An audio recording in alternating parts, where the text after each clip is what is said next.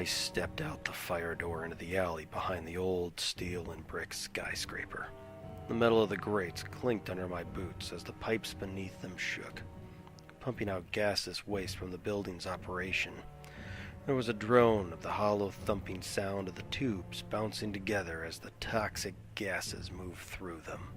Across the alley from me was a massive gear chain which ran from the opposing building's 5th floor up to beyond where I could see.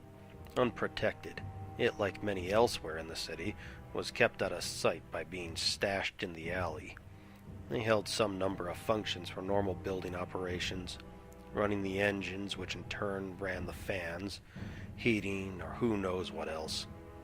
The smell of the rust off the grating and the who knows what super gauge gear chain would have filled the air, but instead it was a thin accent to the sticky sweet stench of the levels below. Suddenly, the chain burst to life as it frequently did, running on its gears at breakneck speeds and producing a rusted metal whirling scream that was deafening. The grating of level 5. The city wasn't organized in these levels. It was just the 5th floor of my building. It happened to mostly line up with the surrounding buildings except the one down the street, where you could jump the rail and make a 6-foot drop to the building's 4th story skywalk. Down below, to what would have been the ground, were the pipes, and if you knew how to use them, then they could nearly take you anywhere, which is more than I can say for any of the taxis around here, but mostly if you tried, they'd just get you killed. I rested a hand against the wall for a moment. Its eroding brickwork had a porous gravel feeling against my skin, almost like pumice stone. Pumice stone that threatened to take your flesh off if you looked at it wrong.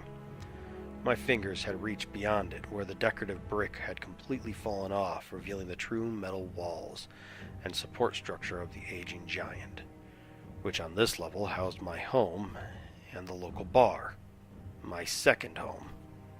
Below, it probably housed filth and vagrants, and high above the artificial lights, where you might get to see the sky one day if the sun didn't feel like being a dick that afternoon, there were the super elite, rich, pompous, and full of wealth, and themselves. Well, maybe not all of them, but I hated the idea of that faux world and its sentiments, so I like to imagine them as assholes. Down the alley, it ended into another brickwork skyscraper. It was nicer than mine, which is like saying dirt is better than mud.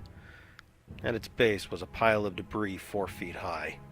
What stood out was a wooden splintering pallet, broken beer and pop glasses, and the empty, rusty, rotting drums, which at one point probably held some toxic material, before someone safely disposed of them out my back door.